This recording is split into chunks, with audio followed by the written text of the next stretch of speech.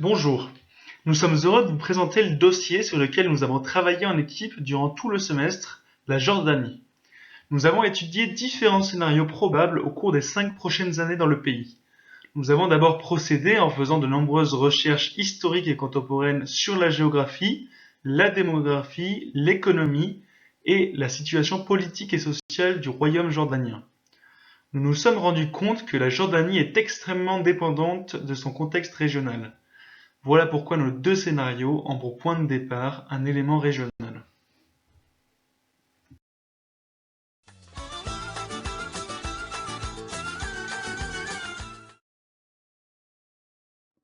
L'étude de la Jordanie et de ses facteurs de déstabilisation nous a amené à considérer que le contexte régional est la principale source de déstabilisation du pays. Voici les facteurs risques qui découlent de ce contexte. La région est rongée par l'islamisme depuis des dizaines d'années. Aujourd'hui notamment, l'État islamique contrôle une grande partie de l'Irak et de la Syrie et d'autres groupes islamistes combattent le gouvernement de Bachar el-Assad. La Jordanie a déjà été visée par Daesh début 2015 avec l'exécution d'un pilote jordanien. Le pays participe militairement à la coalition internationale contre le I. Les menaces extérieures contre le royaume hachémite sont donc très importantes et les représailles probables. Du point de vue intérieur, les risques sont aussi présents, notamment à cause du conflit en Syrie qui a provoqué le départ de milliers de Jordaniens pour combattre aux côtés des islamistes. Par ailleurs, la principale force d'opposition dans le pays est les Frères musulmans, groupement pan-islamiste toléré mais contrôlé. Cependant, la potentielle victoire islamiste en Syrie fait craindre au gouvernement une montée en puissance du courant en Jordanie encore plus importante. La deuxième conséquence des conflits régionaux est l'arrivée massive de réfugiés. La Jordanie est le principal pays d'accueil de la région. 800 000 réfugiés habitent dans des camps jordaniens et on ne saurait énumérer le nombre de clandestins sur le territoire. Ces populations impliquent de force la Jordanie dans les conflits notamment au niveau des frontières. Il en découle aussi des conséquences économiques. La Jordanie n'a que très peu de ressources et manque d'eau. On constate aujourd'hui une paupérisation de la population. L'arrivée massive de réfugiés qui captent une partie des ressources et des infrastructures prive encore plus la population jordanienne. L'économie, majoritairement tertiaire, souffre du contexte régional et notamment de la guerre en Syrie, puisque les régions jordaniennes les plus dynamiques se trouvent proches de la frontière syrienne. De plus, la Jordanie est tributaire des importations et des aides internationales, comme le crédit de 2 milliards en 2012 par le FMI, ce qui engendre une dette très importante. L'afflux de réfugiés et la dégradation de la situation économique et sociale pourraient pousser la population à la contestation du pouvoir et à remettre en cause l'identité nationale d'un pays artificiellement conçu il y a 70 ans.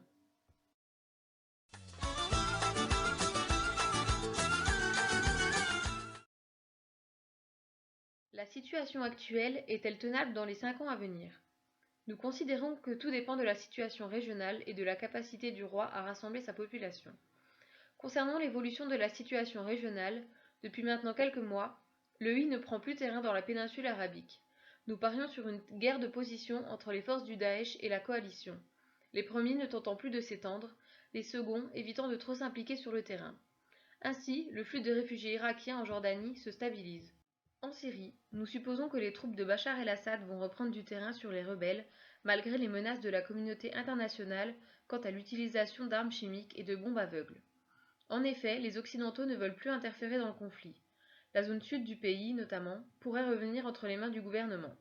En conséquence, on observe là aussi une stabilisation des flux de réfugiés en direction de la Jordanie. Parallèlement, la Jordanie recevra toujours le soutien financier de la communauté internationale afin de s'occuper des réfugiés et l'aide financière pour son économie. Tout ceci grâce à l'implication active du pays contre l'OI et son caractère stratégique pour les pays occidentaux.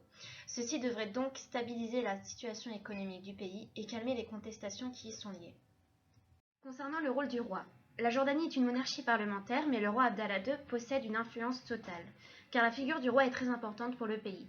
La famille royale provient de la tribu hachémite, dite descendante de Mahomet, ce qui confère sa légitimité au roi. Les rois jordaniens successifs se sont engagés à rassembler le nouveau peuple jordanien sous la même identité, malgré le caractère artificiel du pays. Le roi est donc considéré comme le ciment de la nation. Il a su se montrer pragmatique quand le gouvernement a été contesté, notamment en 2011, en renouvelant le gouvernement et en réformant le pays. C'est sur ce pragmatisme que nous nous basons pour notre scénario. Le roi, face au risque islamiste, devient plus ferme. Il devient aussi plus sévère avec les frères musulmans. L'un de ses chefs a notamment été condamné pour avoir outragé les Émirats arabes unis dès mi-mars. Nous supposons donc que face à la menace islamiste et terroriste, le roi, comme il l'a fait en 2005, mette en place des lois contre le terrorisme. Des lois entravant certaines libertés. Mais l'image emblématique royale et la menace terroriste poussera le peuple à accepter ces sacrifices. De plus, le roi s'engagera du côté économique à améliorer la situation du pays, notamment grâce aux aides financières, et à lutter contre la corruption qui ronge le pays et qui provoque la contestation. Pourtant, les risques n'auront pas pour autant disparu. Un changement du contexte régional remettrait la situation du pays en question. En conclusion, ce scénario ne représente pas tant une résolution des dynamiques de déstabilisation du pays qu'un retardement de celle-ci.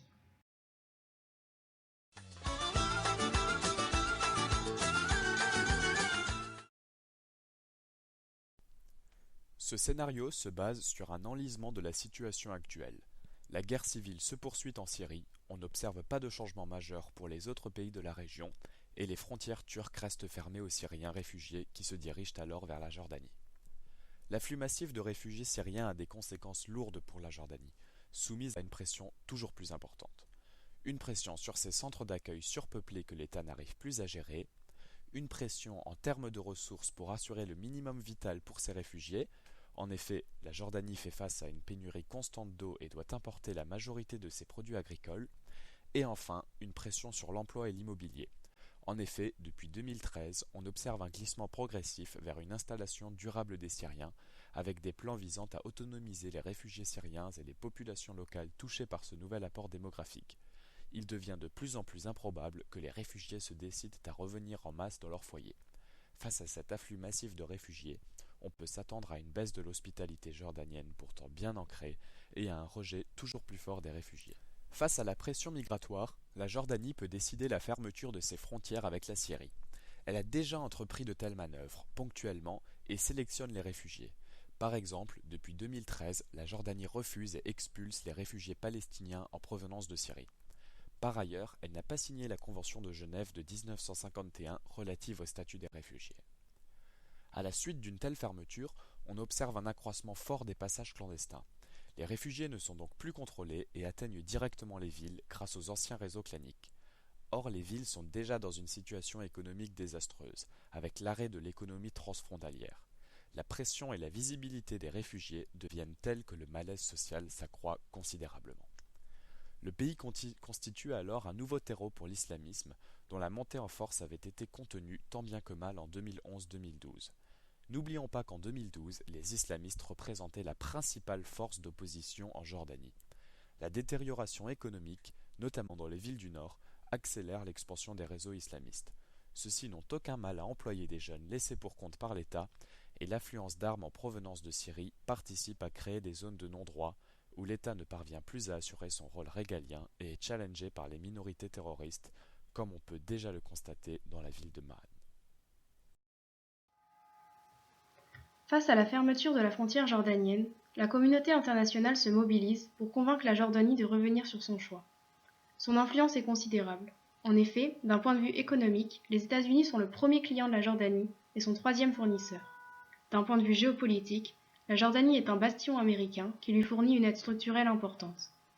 La remise en cause de ces liens étant impensable pour la Jordanie, on peut s'attendre à ce qu'elle négocie la réouverture de ses frontières en échange d'aides plus importantes.